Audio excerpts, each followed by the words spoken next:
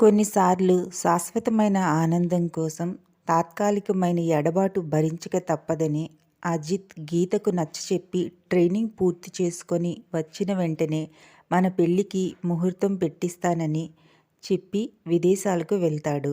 గీత అంటే అజిత్కు ఆరో ప్రాణం. ప్రతిరోజు తప్పనిసరిగా ఫోన్ చేసి ప్రియురాలు గీతతో సంభాషించేవాడు. ఇదిలా ఉండగా ఓ రోజు అనుకోని దుర్ఘటనలో మాటను కోల్పోతుంది గీత.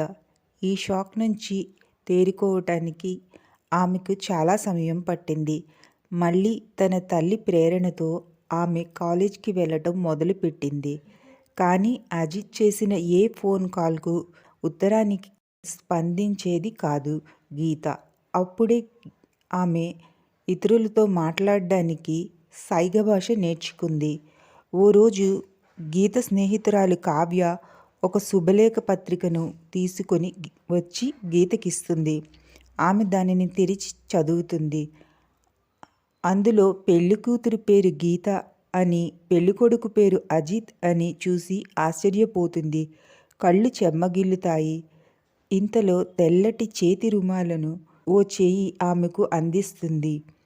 ఆ చేతి రుమాలను అందుకోబోతూ ఆమె తల పైకెత్తి చూడగా ఆఫీసర్ దుస్తులలో అజిత్ ఆమె కళ్ళ ముందుంటాడు.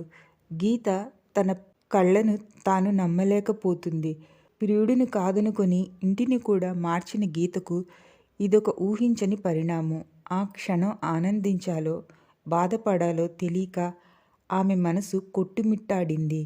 విల్ యు మ్యారీ మీ గీత అని అజిత్ మోకరిల్లి సైగ భాషలో అడుగుతుండగా మనసు మహాసముద్రమైంది.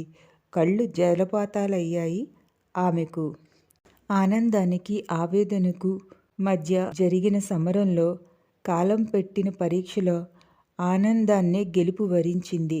చివరకు చిరునవ్వు ఆమె పెదవి అంచులను తాకుతుండగా ఒక్కసారి మనస్ఫూర్తిగా అజిత్ను హత్తుకొని వెక్కి వెక్కి విలపిస్తుంది గీత. అన్నాళ్ల ఆమె ఆవేదనంతా ప్రియుని ఒక్క ఆత్మీయ ఆలింగనంతో ఆవిరైపోతుంది. వైకల్యం లేని ఆత్మీయతే ప్రేమంటే అని మరోసారి రుజువు చేశారు గీత అజిత్లు ఒకరి మీద ఒకరికున్న అంతులేని అనురాగంతో. ఇక ఆలస్యం ఎందుకు? ఈ కథ చదువుతున్న మీరు కూడా కథలోని వారి వివాహ బంధం కలకాలం నిలబడాలని, ఈ కథను మీ ముందుంచిన ఆమె ప్రయత్నాన్ని ఒక్క లైక్ ఇచ్చి ఇటువంటి మరెన్నో మంచి కథలకు స్ఫూర్తినివ్వండి.